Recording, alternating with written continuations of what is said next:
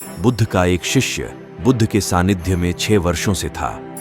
वो एक दिन महात्मा बुद्ध के पास आया और बुद्ध से कहा, हे बुद्ध, मुझे आपके पास है 6 साल हो गए। मेरे बाद कितने शिष्य आए, उन्हें आपने इस बीच किसी एक दिशा में ज्ञान देने के लिए भेजा, लेकिन मुझे अभी तक नहीं भेजा। क्या मुझे अभी तक बुद्धत्व प्राप्त नहीं हुआ? बुद्ध मुस्कुराए और बोले, यह तो तुम्हें खुद समझना होगा कि तुम्हें बुद्धत्व प्राप्त हुआ है या नहीं। शिष्य बोला, हे बुद्ध, आपने मुझे इन 6 सालों में जो भी उपदेश दिया, मुझे वो सब याद है। आपकी बताइए। एक एक बात मुझे याद है, आप मुझसे भी पूछ सकते हैं। मैं आपको हर उत्तर देने के लिए सक्षम हूं। आप मुझे एक मौका तो दें, ताकि मैं किसी भी दिशा में जाकर लोगों को आपके ज्ञान के बारे में भी बता सकूं। बुद्ध ने कहा, ज्ञान की बातों को याद रखने से कुछ नहीं होता। जब तक आप उसे अपने आचरण में ना लाओ, जब तक आप किसी भी चीज को अपने आचरण में नहीं लाओगे, तब तक आप दूसरों को नहीं कह सकते कि वो उसे अपने आचरण में लेकर आए।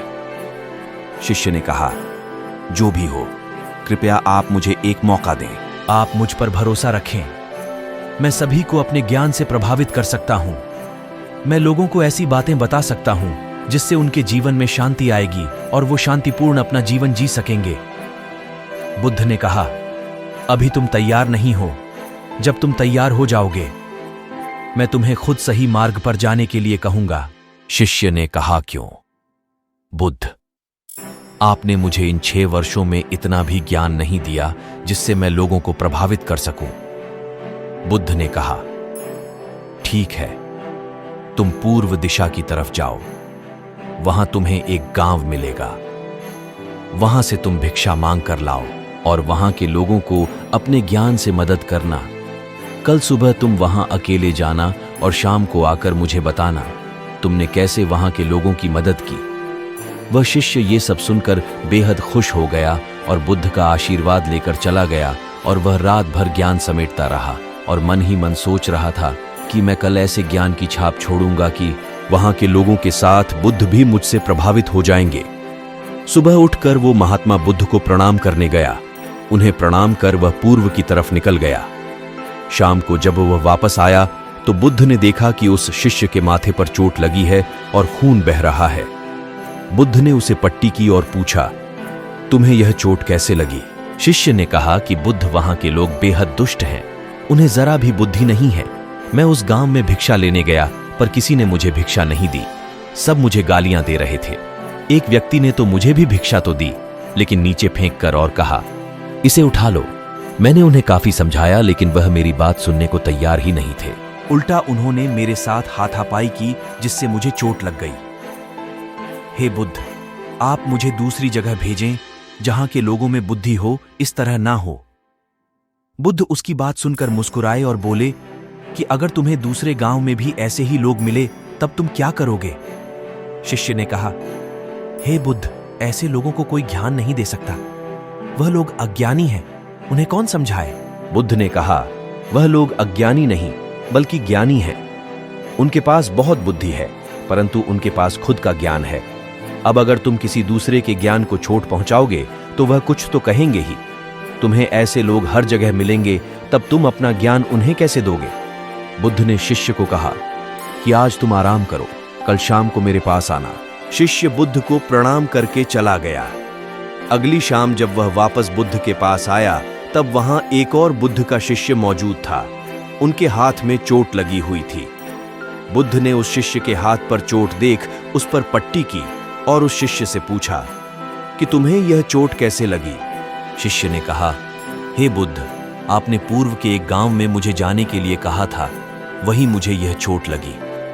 बुद्ध ने कहा, वहां तुम्हारे साथ क्या क्या हुआ, तुम मुझे बताओ।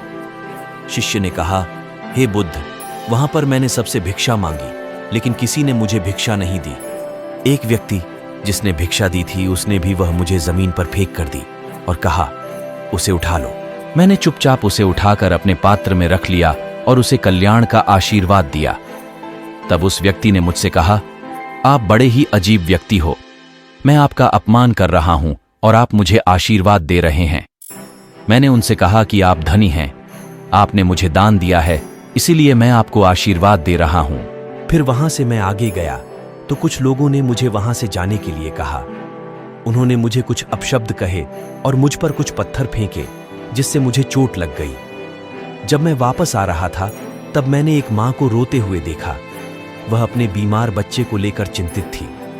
मैं तुरंत जंगल से जाकर उसके लिए जड़ी बूटी ले आया, लेकिन वहां के लोग मुझे जड़ी बूटी देने नहीं दे रहे थे। फिर मैंने उनसे विनती की कि वह मुझे उस बच्चे का इलाज करने दें। उसके बाद वो जैसा कहेंगे मैं ठीक वैसा ही करूंगा। फिर जिस व्यक्ति ने मुझे भिक्षा दी थी उसने गांव वालों को समझाया। तब उन्होंने मुझे उस बच्चे को जड़ी बूटी लगाने दी। उसके बाद वह बच्चा ठीक हो गया। फिर गांव वालों ने मुझसे अपने किए गए अभद्र व्यवहार के लिए क्षमा मांगी और मुझे धन्यवाद कहा। फिर मैं वहां से वापस आ गया। हे बुद्ध, आपसे एक विनती है। उस गांव के लोग बहुत भोले भाले और सीधे हैं। क्या मैं रोज उसी गांव में जाकर भिक्षा मांग सकता हूं? ये सभी बात वो पहला शिष्य भी सुन रहा था। उसने यह सुनते ही बुद्ध के चरणों में गिरकर कहा कि हे बुद्ध, मैं समझ गया हूं कि अभी मैं उस लायक नहीं हुआ कि दूसरों को ज्ञान दे सकूं। बुद्ध ने कहा, हमें बाहर वैसे ही लोग दिखाई देते हैं जैसे हम भीतर से होते हैं। जब तक हम स्वयं को नहीं बदलते तब तक हम किसी को भी नहीं बदल सकते। खुद में परिवर्तन करना बेहद जरूरी है। कोई भी बात बताने से पहले उसे आचरण में लाना बेहद जरूरी है, क्योंकि आचरण में लाई हुई चीज को बताना समझाना बहुत आसान होता है और उसे लोग बेहद आसानी से अच्छे से समझ पाते हैं। दोस्तों, हम सभी को ऐसा लगता है कि हमने जो कुछ भी सीखा है वह हमको दूसरों को सिखाना चाहिए, लेकिन हम जाने अनजाने में दूसरों को सिखाने के चक्कर में हम कभी कभी गलत साबित हो जाते हैं। तो इसलिए दोस्तों, अगर आप किसी को भी कोई भी सुझाव देने के लिए जाते हैं, आप कोई भी चीज सिखाने के लिए जाते हैं, तो सबसे पहले आप उस कार्य को संपूर्ण रूप से और सही ढंग से अच्छे से सीख जाएं। और आपको जब यह पक्का प्रूफ मिल जाए कि अब मैं इस कार्य को संपूर्ण रूप से सीख चुका हूं, अब मैं दूसरों को सिखा सकता हूं, तभी आप दूसरों को सिखाने के लिए जाइए। अन्यथा आपके साथ दुर्व्यवहार हो सकता है और आपको क्षति भी पहुंच सकती है। दोस्तों, आशा करता हूं कि आपको महात्मा बुद्ध की ये कहानी पसंद आई होगी और इस कहानी से आपके जीवन में एक सकारात्मक प्रभाव पड़ेगा। महात्मा बुद्ध की ऐसी ही प्रेरणादायक कहानी सुनने के लिए हमारे YouTube चैनल बोधि एरिना को सब्सक्राइब जरूर करें और बेल आइकन दबाकर अपने मित्रों को जरूर शेयर करें। नमो बुद्धाय।